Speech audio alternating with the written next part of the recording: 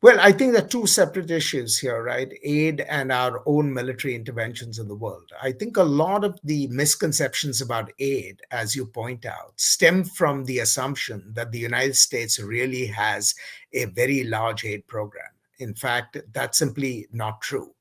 On a per capita basis, the United States does not aid countries in a way that, some of the popular perceptions about our aid sort of suggest. So the concern about aid stems from the misperception that the United States is pouring resources abroad when it could be better served by pouring resources at home. I think that is a misperception because we simply do not aid countries at the levels that compete with our domestic priorities. But the question of interventions is something different.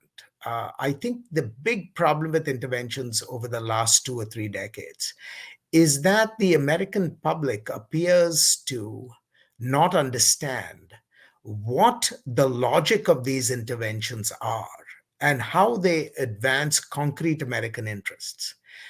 The fact that many of these interventions have not been successful after all the resources that have been expended on them only complicates the story.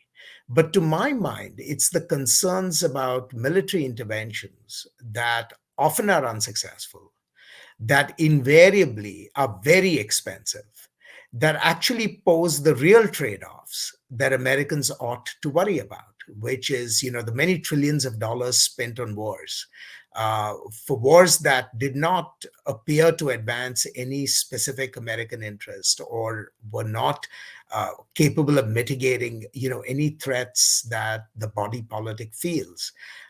These wars obviously take away from the state's capacity to advance middle class interests. And I think that is really where we ought to focus our attention rather than on issues like foreign aid, which are truly marginal to the debate.